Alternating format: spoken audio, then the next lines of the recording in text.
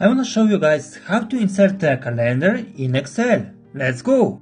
There's more than one way to add a calendar or date picker in Excel, and as usual, we'll have a closer look at the quickest and simplest one.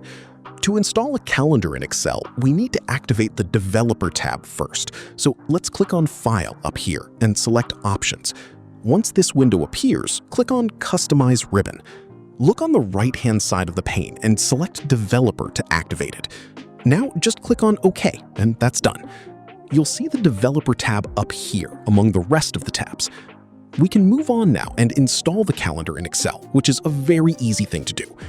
Open the Developer tab and click on Add-ins here.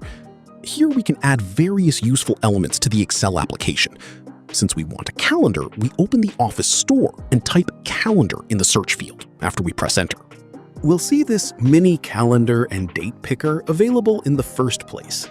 We click on Add, and now we can work with it and use it in spreadsheets. Of course, we can place the calendar just where we need.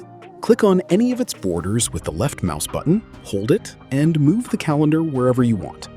You can also change its size using these little circles in the corners. More amendments can be made through settings. For example, you can show the week number or change the calendar system. You can also adjust the style of the calendar, its color, for instance. But that's not all. Let's have a look at how to enter specific dates to data tables, thanks to the calendar function.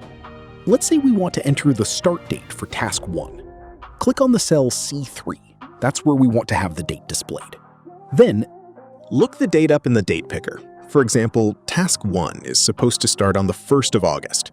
And here we go. The date's in the cell C3, just as we wanted. We can use the same way to enter dates for the rest of the tasks. We click on the cell, pick the date, and that's it. And before we wrap it up, here's a handy trick. If you don't need to use the date picker anymore, just click on any of the borders and press the delete key, and it'll be gone in a split second. To have it back on screen again, just click on the Developer tab, go to Add-ins, just as you did before, and now you'll see it among the already used add-ins. Click on it again, and you'll see it back in no time.